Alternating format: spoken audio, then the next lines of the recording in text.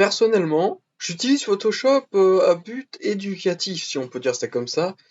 C'est-à-dire, je suis en perpétuel apprentissage du logiciel et c'est ce qui m'amène à m'en servir pour toutes sortes de situations, histoire de prendre de l'expérience. Par exemple, pour des compositions, comme j'ai eu l'habitude de nombreuses fois de le faire récemment d'ailleurs sur ma chaîne dans certaines vidéos, mais je m'en sers également pour YouTube justement où j'ai fait pas mal de visu pour d'autres créateurs, comme des photos de profil, des minias, des bannières, et tout genre de choses dans le même style. C'est d'ailleurs moi qui gère tout l'univers graphique de cette chaîne. Je pense Photoshop comme un outil artistique, comme une sorte d'art, même si pour répondre à cette question, il faudrait partir dans un débat un peu philosophique, qui va se faire confronter des opinions, donc on n'en arrivera pas là, ça sert à rien. On va dire que je considère Photoshop comme un sport où le but est de s'entraîner pour devenir de plus en plus fort et tout ça en pratiquant, en tryhardant le logiciel, en faisant divers projets et c'est ça que j'aime dans ce truc.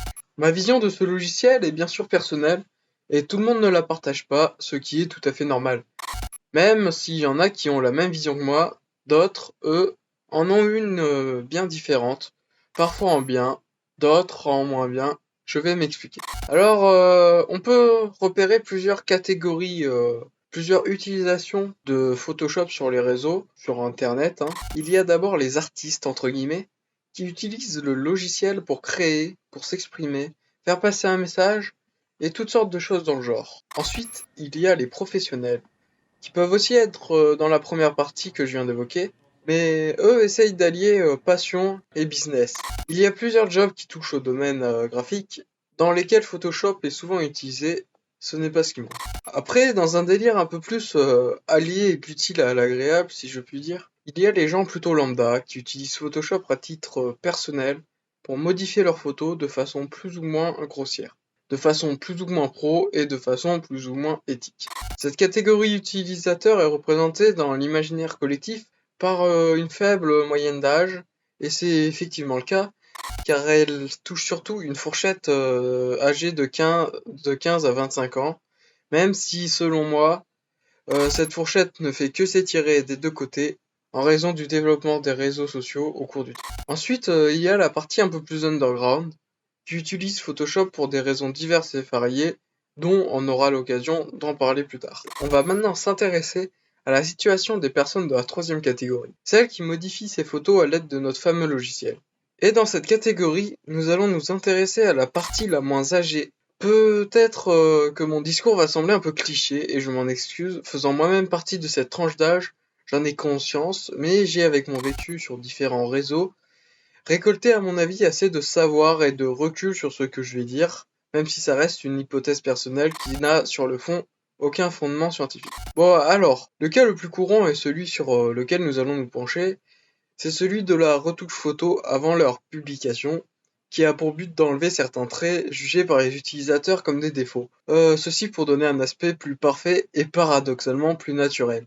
Nous reviendrons sur ce fait juste après. Déjà, dans le concret, les éléments les plus modifiés selon moi, c'est surtout les boutons d'acné ou autres boutons, mais aussi des choses dont on ne pourrait pas penser à première vue, comme la taille de son nez, si on reste sur le visage, les taches de rousseur, mais aussi à une échelle différente, la taille, la forme ou l'aspect de plein d'éléments physiques en général. La généralisation de tous ces petits détails crée un semblant de normes et de critères physiques qui caractérisent la normalité d'une personne. Et c'est là où intervient le paradoxe que j'évoquais tout à l'heure, le problème sociétal créé par la non-acceptation de soi-même et le désir de la normalité qui est en fait la perfection amène les gens à se créer un physique grâce à des logiciels comme Photoshop pour avoir une sensation de normalité que l'on vient donc acquérir en faisant la démarche inverse à ce que l'on souhaite.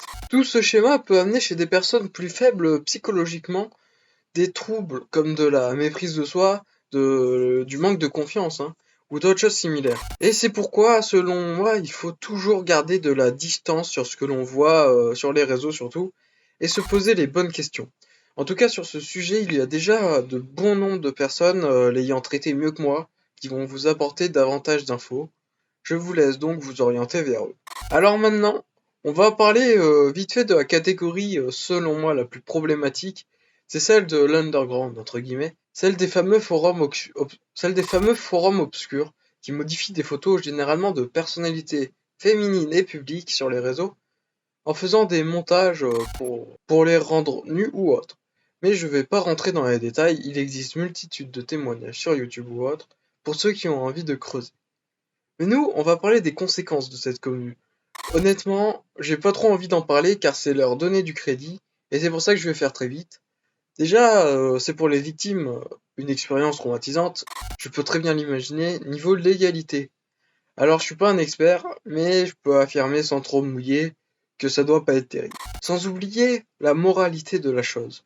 Bon, il n'y a pas besoin d'être un bandeur d'honneur pour s'en rendre compte, et dans un registre plus méconnu, ces mauvaises utilisations de Photoshop discréditent la communauté du logiciel dont je fais partie, car en effet, on m'a déjà dit, pour rire, ou sur un ton un peu plus sérieux, que je pourrais faire des, entre guillemets, cochonneries avec le logiciel. Ok, bon, cette vidéo touche à sa fin, elle aura été courte, mais plutôt intense et concise.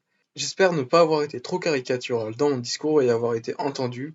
Je vous remercie de m'avoir écouté, n'hésitez pas à vous exprimer en commentaire sur ce sujet, et je vous dis à une prochaine fois.